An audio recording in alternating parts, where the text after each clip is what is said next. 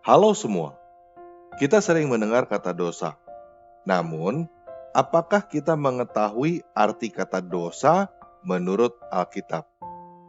Yuk kita baca Keluaran 34 ayat 6-7. Berjalanlah Yahwe lewat dari depannya dan berseru, Yahwe, Yahwe, Dewata penyayang dan pengasih, panjang sabar, berlimpah kasihnya dan setianya, yang meneguhkan kasih setianya kepada beribu-ribu orang, yang mengampuni kesalahan, pelanggaran, dan dosa. Nah, di sini kita melihat bahwa Tuhan mengampuni kesalahan, pelanggaran, dan dosa. Jadi jelas ada perbedaan antara kesalahan, pelanggaran, dan dosa. Namun, seringkali kita menyamaratakan ketiga hal ini. Coba sekarang saya tanya lagi. Apakah kamu tahu artinya dosa? Bagaimana kamu bisa berkata tentang pengampunan dosa jika kamu bahkan tidak tahu apa itu dosa? Apakah pengertianmu tentang dosa sudah tepat? Nah, kalau kamu mau tahu tentang apa itu dosa menurut Alkitab, nonton video ini sampai habis ya. Oke, kita mulai aja ya.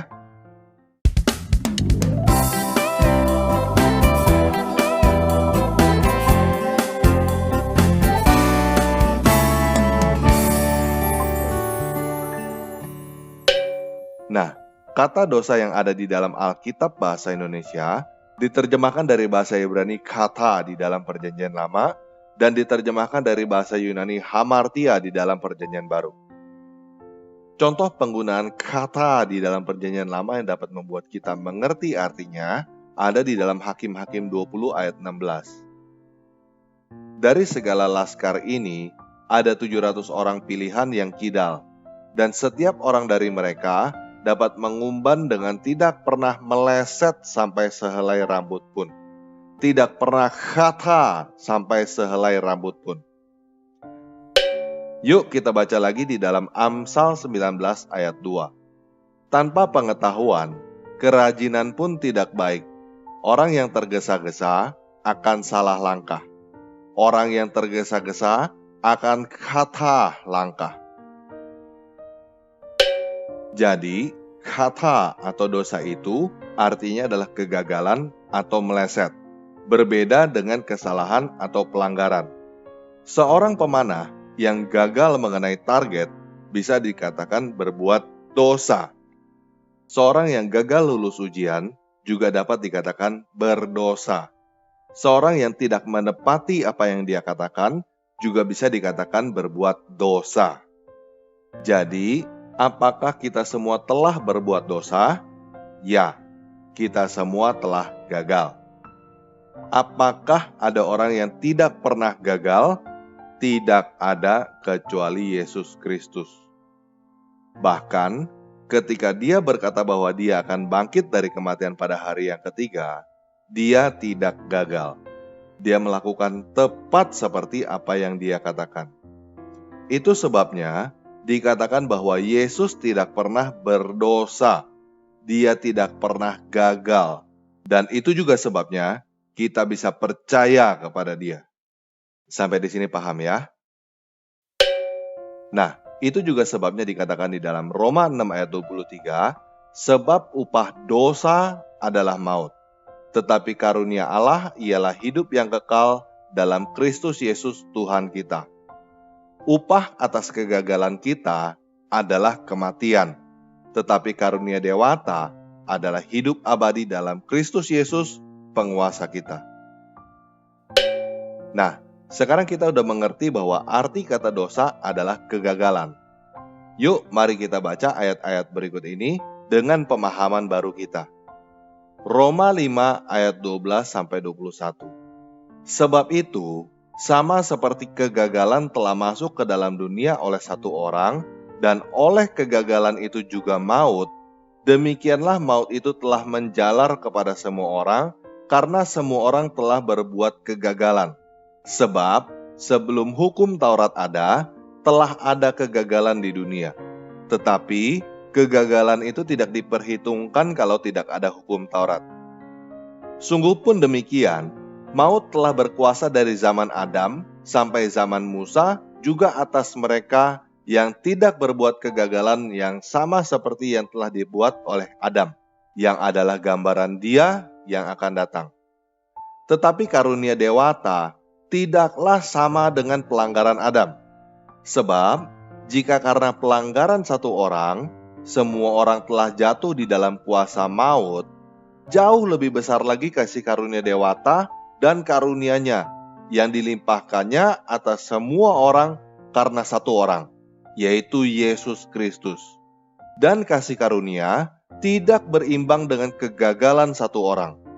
Sebab, penghakiman atas satu pelanggaran telah mengakibatkan penghukuman. Tetapi, penganugerahan karunia atas banyak pelanggaran itu mengakibatkan pembenaran. Sebab, jika oleh kegagalan satu orang, maut telah berkuasa oleh satu orang itu, maka lebih benar lagi mereka yang telah menerima kasih karunia dan anugerah kebenaran akan hidup dan berkuasa oleh karena satu orang itu, yaitu Yesus Kristus. Sebab itu, sama seperti oleh satu pelanggaran, semua orang beroleh penghukuman, demikian pula oleh satu perbuatan kebenaran, semua orang beroleh pembenaran untuk hidup. Jadi, sama seperti oleh ketidaktaatan satu orang, semua orang telah menjadi orang gagal. Demikian pula oleh ketaatan satu orang, semua orang menjadi orang benar. Tetapi, hukum Taurat ditambahkan, supaya pelanggaran menjadi semakin banyak. Dan di mana kegagalan bertambah banyak, di sana kasih karunia menjadi berlimpah-limpah. Supaya sama seperti kegagalan berkuasa dalam alam maut, demikian kasih karunia akan berkuasa oleh kebenaran untuk hidup yang kekal, oleh Yesus Kristus, penguasa kita. Jadi bisa lebih paham ya? Nah, sekarang kita juga bisa mengerti dengan sendirinya apa yang dimaksud dengan dosa yang tidak mendatangkan maut. Yuk kita baca 1 Yohanes 5 ayat 16-17. Kalau ada seorang melihat saudaranya berbuat kegagalan, yaitu kegagalan yang tidak mendatangkan maut, hendaklah ia berdoa kepada Dewata dan Dia akan memberikan hidup kepadanya, yaitu mereka yang berbuat kegagalan yang tidak mendatangkan maut. Ada kegagalan yang mendatangkan maut. Tentang itu tidak kukatakan bahwa ia harus berdoa. Semua kejahatan adalah kegagalan, tetapi ada kegagalan yang tidak mendatangkan maut. Roma 6 ayat 6. Karena kita tahu bahwa manusia lama kita telah turut disalibkan, supaya tubuh kegagalan kita hilang kuasanya, agar jangan kita menghambakan diri lagi kepada kegagalan. Oke, sekian video kali ini. Yesus Kristus penguasa saya menanggung kegagalan kita semua dan memberikan kita bagian dalam keberhasilannya. Dia adalah pahlawan gagah perkasa yang memberikan kemenangan atas maut kepada kita, yaitu hidup abadi dengan cuma-cuma.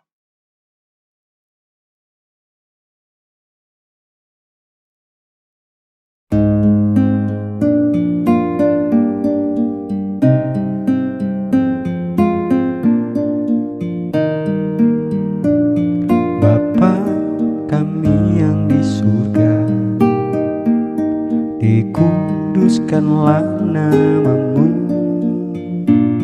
datanglah kerajaanmu, jadilah kehendakmu di bumi seperti di surga. Berikanlah hari ini makanan kami secukupnya, dan ampunilah kami ini, seperti kami juga ampuni orang yang bersalah. Jauhkanlah kami dari pencobaan dan yang jahat, sebab Engkau yang mempunyai kerajaan, kuasa, dan kemuliaan untuk selamanya. Walaupun ku tak mengerti segala rencanamu, namun ku kan percaya rancanganmu terindah. Walaupun ku tak mengerti segala rencanamu, namun ku kan percaya rancanganmu terindah. Rancanganmu terindah. Rancanganmu